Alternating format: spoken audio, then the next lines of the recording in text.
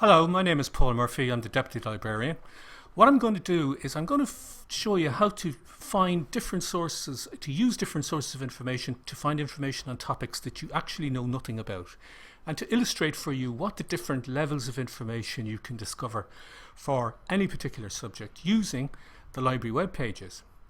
Now today I've been asked to find information about something that I know nothing about, peptic ulcer disease. And I'll start where many of you would start, here, peptic ulcer disease in Bing, okay? And I get a result, as I always do, whether it's Google, whether it's Bing. I'm always happy to see that there's what looks like solid information straight away on the first page, despite the fact that there's nearly 3 million results. But I'm just going to look at these results a little bit more closely and say, well, you know, that's WebMD and that's a .com. That's a commercial sort of service, okay? Now I've been told I must find peer-reviewed articles or information. Now we know that you'll always find Wikipedia as a useful source to start with, right? But I'm moving on just a little bit. There's another medscape.com, that's another commercial website. Again, it'll ask me to register, and I'm not too sure about the quantity and level of information, and I certainly don't want to be bombarded with advertisements, okay? So I'm moving on to the fourth one, which is .gov, okay? So that means straight away that it's an official government website. I happen to know, because I'm a librarian, that this is the National Library of Medicine in the US, and I happen to know that MedlinePlus Medical Encyclopedia is one of the best sources of peer-reviewed information that there is. So in my search for peptic ulcer information, I'm going to click on MedlinePlus. And I'm going to find an entry, okay, under health topics. What is a peptic ulcer? Where does it occur? What are the causes? What more can I find out about it? I can find out how it's presenting in the sense of what symptoms does it show me. Abdominal pain, blood, dark stool, fatigue, all sorts of things like that.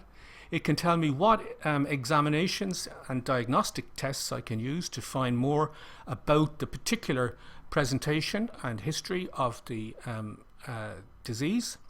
I can find out what my treatment options are. Okay, so these are quick, simple presentations, bullet points. What treatment options are the principal treatment options in dealing with peptic ulcer disease? And then I can discover what the prognosis is. And again, this is addressed towards sufferers of the disease, so it's quite simple, and it begins a process really that brings you into authoritative, peer-reviewed and definitive information about a whole range of health topics. Also, it's got information about the drugs and supplements that might be used to treat peptic ulcers, and it's got plenty of videos and visual information on the presentation and the look and see of what a peptic ulcer looks like and where it typically might be located in the stomach or the duodenum. So this is MedlinePlus. It says what it says on the icon, trusted health information from you, because this is a government created and a government mandated site, a service of the National Institutes of Health in the US. So I'm pretty confident that the information in here must be fairly authoritative. And it's got it is a complete encyclopedia in the sense it's got a complete A to Z list of topics on all sorts of orders, like body systems, particular disorders and conditions, various different diagnostic and therapeutic options, demographics about how the diseases or the conditions might affect children or senior citizens, and various different related health and wellness things. So A to Z, as complete an encyclopedia at the elementary level, because this is meant for consumers. But it's a good place when, like me, you know nothing about a subject and you want to make a start. Okay? So that's our first recommendation, MedlinePlus from the National Institutes of Health in the USA. Okay? Our next category, for which I go back to our main web page here at the library website, okay? And you find that we've got various different subject and links here within this matrix, okay? And we've arranged this in a particular way to help you decide what level of information will be most appropriate to what you're looking for. Okay, so it could be simple. Again, it might be something very simple. What's the incidence of breast cancer in Ireland? Okay, where do you go to find that information? We've got a category of web links here called subject resources, and they're divided into various different subjects that you might already touch upon, like primary care, global health, medical education, clinical specialties. And this one here in particular I'm pointing you to as probably likely to contain the answer to the question, what's the incidence of breast cancer in Ireland? Okay, so the Irish resources page is, exactly as it says at the top, a directory of the principal sources of Irish information, because Irish websites are not well organized and they're often very difficult to discover what's the most relevant one. So we begin at the top level, all the main healthcare gateways, the citizens information, various different archives. Okay. Further down we have an A to Z by subject and by organization of the principal healthcare education and research agencies. So I know that there is a National Cancer Registry. Okay. And I can find it down here. Now, a registry is an agency that collects information, and in this place collects information and data about cancer. Now, I've been asked to find a particular statistic, a specific volume, data. So I'm going to see whether the National Cancer Registry is likely to give me an answer. Now, all of these websites will have a different presentation. They'll have a different interface. Okay, so you'll need to take time to explore them to find out how do you search, where is the search box, how are they organized, what presentation do they make. So it'll take a while, and you and your group can spend some time digging down into this to see, does this answer the question? It should be a fairly straightforward question, but not if you Google it. It's not easy to find if you Google it. So I'm going to look at the Cancer Atlas, because that maps all of the cancers on what is more or less a map of Ireland. Okay, and this is what it looks like, and it's then subdivided into the various different major types of cancer, from leukemia to bladder cancer to breast cancer. Okay, so this is the one I want. Okay, so the menu is the easiest way into this. I don't need to do a word search. I can see that there is a menu, and it does contain a category, which is a paper on breast cancer. Okay, it gives the summary. Okay, the average number of new cases diagnosed. Okay, breast cancer was the most common women's cancer in Ireland, accounting for 29%. So straight away, the introductory summary points me to the principal data that I need to be able to answer the question I've been asked. Okay, that data is presented in a graphic form, in a tabular form, and it relates how the Republic of Ireland relates to the rest of Europe and the world in the incidence of breast cancer in women. It's got lots more information, and it's presented in various different data modes. And the last one is the map. Okay, so the map of Ireland, which gives the occurrence of breast cancer, shows that there's a very high level of breast cancer up here in Northern Ireland, for example, and obviously high incidences in the principal population centres. But clearly, the country as a whole, shows distinctive characteristics as to why there would be a cluster of high incidence breast cancer in a location like this. Okay, so I've used the library web pages, and I've discovered that the question can be answered, fairly easily, I hope, right? So just to go back to where we got there, we got to the front page of the National Cancer Registry of Ireland from the directory of Irish information sources in healthcare, and from there we can go back to the main library web page. Okay, so that's there, the subject resources and guides on a number of different topics. I've been asked another question that I haven't a clue about. I just don't know the answer. What's the most effective treatment for migraine headaches? Okay, where do I go again to look at that? I could begin with Bing or with Google, but I've got a category of thing here called the clinical summaries. Now, these are the professional wikipedias. These summarize as much as a clinical practitioner needs to know, not to mind a medical student, about the principal conditions, their presentation, their evolution, and their treatment. Okay? So the clinical summaries page presents 3 different options. Okay? One of them is one of the world's most popular clinical summary. It's called Up to Date. Okay?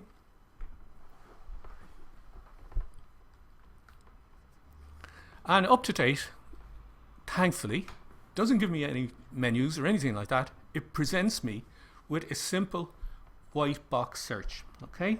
So I'm looking for the effective treatments for migraine. So all I do is type in migraine. Okay, and it presents me with the entry, which is really the various different facets of treatment, prevention, diagnosis, management, and so on. So we need to find out what is migraine. I don't know what it is. So I could say, I'm going to look here, and I'm going to say, introduce me to this subject. Okay? And I get a lot of information straight away. But there, as you would expect, at the beginning, it says migraine is a common episodic disorder, the hallmark of which is a disabling headache generally associated with nausea. Okay? So I've got a definition, and you'll find here on the left-hand side that all of the entries are designed to give you, in simple bullet points, exactly what you need to know. What is this condition? Okay? How does it present? What treatments are there? What are the range of different treatments?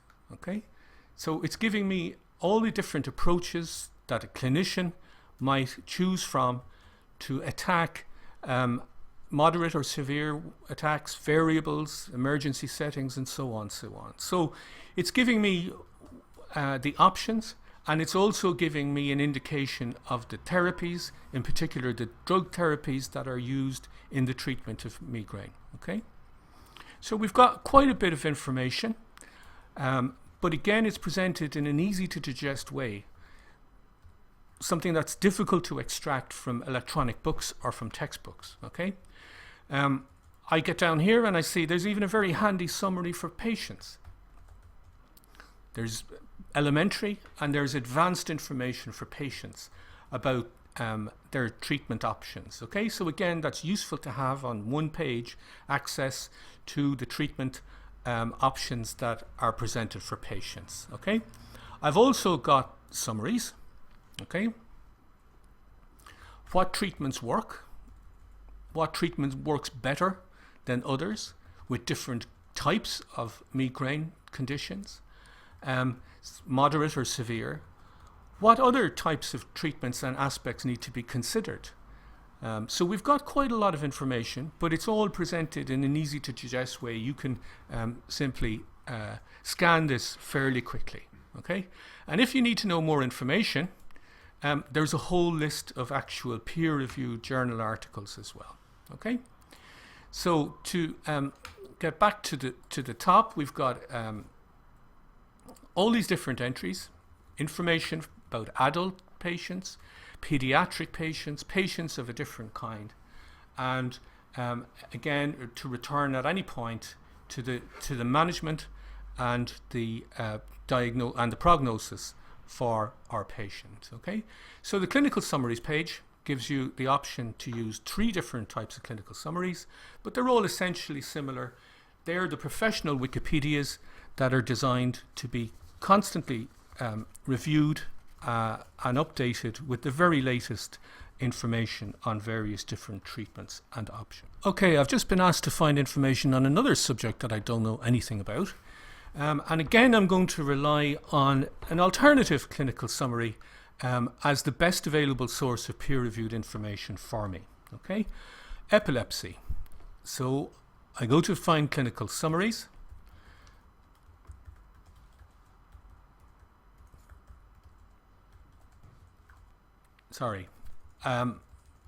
I'm going to choose this one now. We looked at up to date. This is another American global encyclopedia called DynaMed.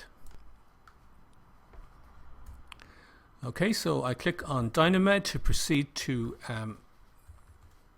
either browse or to search. Okay, so in this case under E, I'll see there are all the different A to Z for E. Okay, I'm looking for epilepsy, and I get an entry: epilepsy in adults, epilepsy in children. Okay, so it treats me to the summary, really.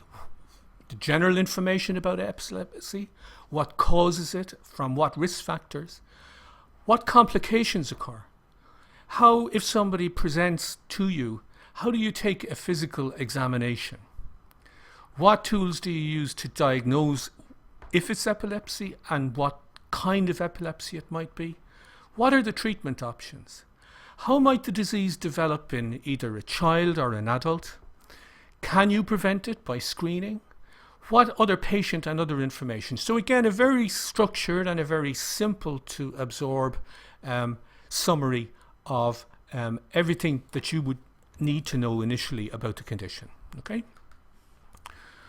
how is it described? How is it defined? What types are there? What treatment options do I have?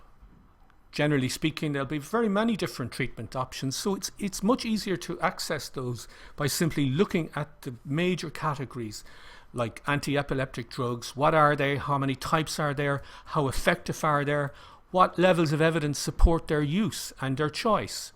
So again, there are other therapies other than drug therapy. There's diet, for instance. There's activity. There's counseling. Okay, so there are, generally speaking, many alternative and non-drug therapies associated with many general conditions as well. What's going to happen to a patient who develops a particular type of epilepsy? 60% of patients achieve long-term remission, which means they're usually going to survive well with a good quality of lifestyle for quite a long time. However, 25% of patients may suffer recurrent seizures, and so that seizure element of their disease needs to be controlled as well. Okay, what if people don't stick to their drug treatments, and is that a risk factor? Okay, so I'm getting lots of information here about this disease, how it affects people, what treatment options I have, and how it's going to evolve over the course of their lifetime. I have absolutely multiple guidelines and information resources when I get to the more advanced level and I want to drill down and cite references and citations to all of the information that I've looked at. This is the place to go. You don't need to be doing primary searches on Google or Medline or stuff like that when you've got such a simple bibliography presented here in the form of review articles and so forth. Okay, and again, I can sum up by giving my patient a takeaway information from the various different support groups, the Epilepsy Foundation, the professional groups, the Academy of Family Physicians, and the various different facets of living with epilepsy, with seizures, and with dealing with a seizure. So I've got a lot of information, again, in one authoritative and fairly clear summary. Okay, so there's our main category of search. The first, using Bing or Google to find an authoritative government-led public consumer information source. The second, going directly to the clinical summaries as being the best available professional Wikipedia types that are the most comprehensive for most clinical conditions.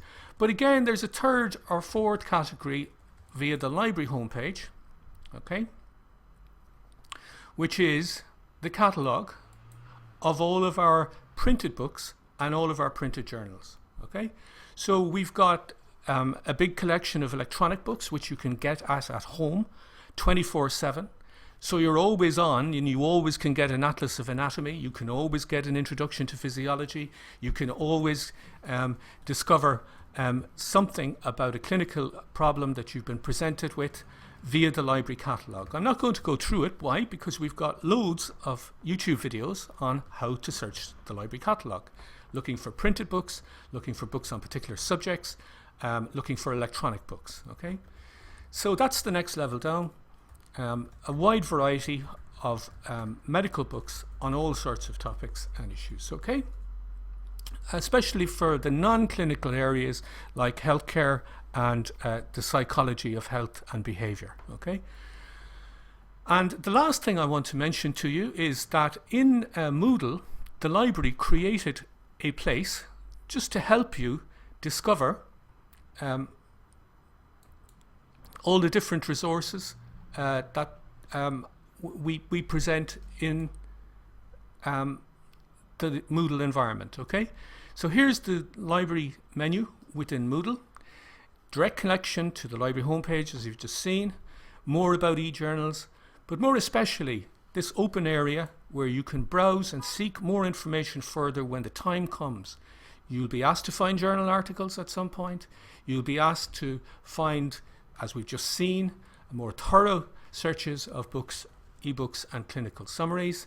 And you'll also be asked to use Vancouver citation and referencing systems. Okay, so all of these guides are here, and they're here for you, always on, easily accessible. You don't have to register.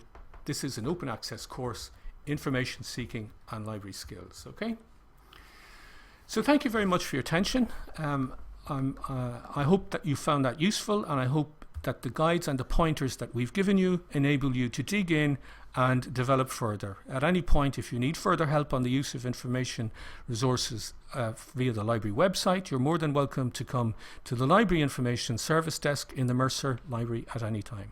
Okay, thank you very much.